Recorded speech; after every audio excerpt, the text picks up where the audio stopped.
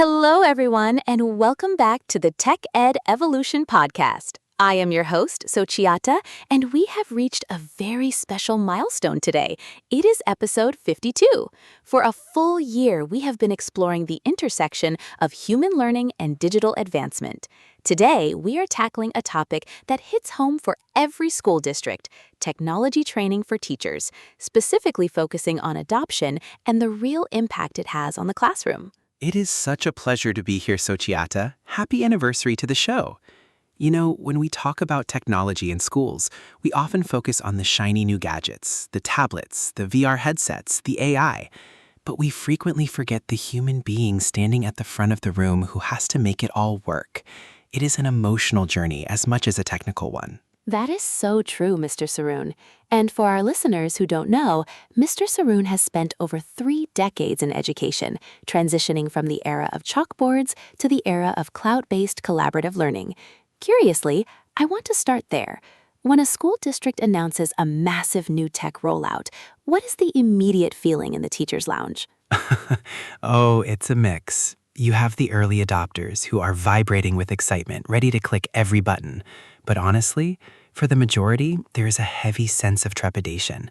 It's the feeling of one more thing being added to an already overflowing plate. There is a fear of looking incompetent in front of students who, let's face it, were born with smartphones in their hands. I can only imagine. That pressure to be the expert while you are still a learner yourself, it's a vulnerable position to be in.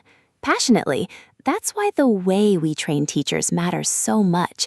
It shouldn't just be a manual, right? Exactly. The one-and-done Saturday workshop is the death of adoption. You can't just sit people in a dark room, show them 50 slides, and expect them to revolutionize their pedagogy on Monday morning. Adoption happens when there is sustained support. It's about building a culture where it is okay to fail, to have the Wi-Fi go down, and to laugh about it while you troubleshoot together. The dreaded Wi-Fi failure, every teacher's nightmare. Thoughtfully, you've seen a lot of training programs succeed and fail. Can you describe a moment when you saw the light bulb go off for a skeptical teacher? I remember a colleague of mine, Mrs. Chantreya. She was terrified of using digital portfolios. She felt it distanced her from the students' handwriting, which she loved. But we did a peer mentoring session. No experts, just teachers talking. When she saw a student who usually never spoke in class record a video explanation of a math problem, she actually teared up. She realized the technology wasn't replacing her. It was giving her students a voice she hadn't heard before. That is beautiful. It's that shift from using tech for tech's sake to using tech for the student's sake. Intriguing. So when we look at the impact side of our topic today, how do we measure it? Is it just test scores, or is it something deeper? Test scores are the easiest thing to measure, but the least interesting. The real impact is engagement and agency. Enthusiastically, when you see a teacher use a collaborative doc to facilitate a global debate with a classroom in another country, the impact is the widening of that child's worldview. The impact is a teacher feeling empowered because they've reclaimed 2 hours of grading time through automation and can now spend that time checking in on a student's well-being. Yes, reclaiming the human time. That feels like the ultimate goal.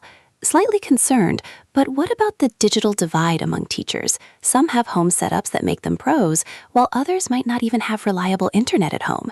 How do we ensure adoption is equitable? That is the crucial question, Sochiata.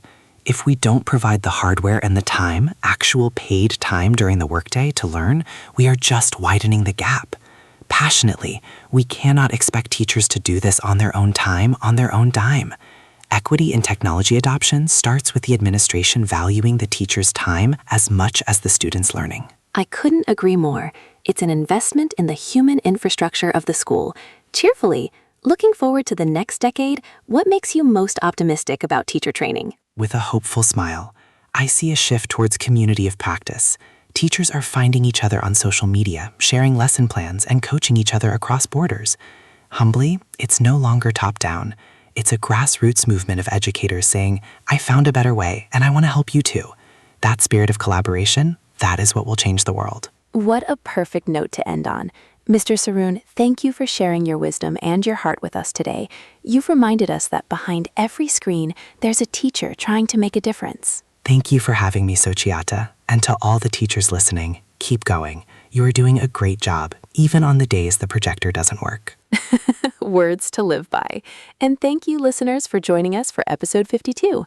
We'll be back next week with more stories from the frontier of education.